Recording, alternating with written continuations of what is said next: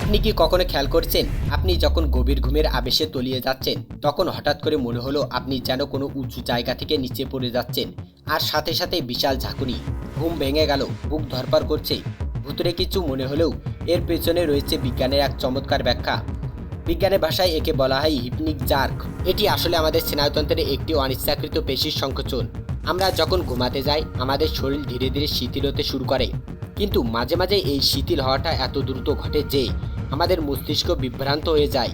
সে ভুল ধরে নেয় শরীর হয়তো ভারসাম্য হারিয়ে নিচে পড়ে যাচ্ছে, আর তখনই মস্তিষ্কের পেশিগুলো দ্রুত বৈদ্যুতিক সংকেত পাঠায়। আর সেই কারণে আমরা হঠাৎ করে ঝাঁকুনি দিয়ে জেগে উঠি।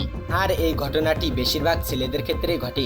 এটা কোনো ভুতুড়ে ব্যাপার নয়, বরং আপনার মস্তিষ্কের একটি চেষ্টা আপনাকে বাঁচানোর। এটি সাধারণত ঘটে অতিরিক্ত ক্লান্তি, মানসিক চাপ এবং বেশি ক্যাফেন গ্রহণের ফলে। এটা প্রমাণ করে আপনি যখন ঘুমিয়ে পড়েছেন, আপনার মস্তিষ্ক তখনও আপনার নিরাপত্তায় সজাগ। মানবদেহের এই অদ্ভুত ইঞ্জিনিয়ারিং সত্যি অবিশ্বাস্য। আপনার সাথেও কি এমনটা ঘটে? কমেন্টে জানাতে ভুলবেন না, আর ভিডিওটি শেয়ার করে আপনার বন্ধুদেরকে জানানোর সুযোগ করে দিন।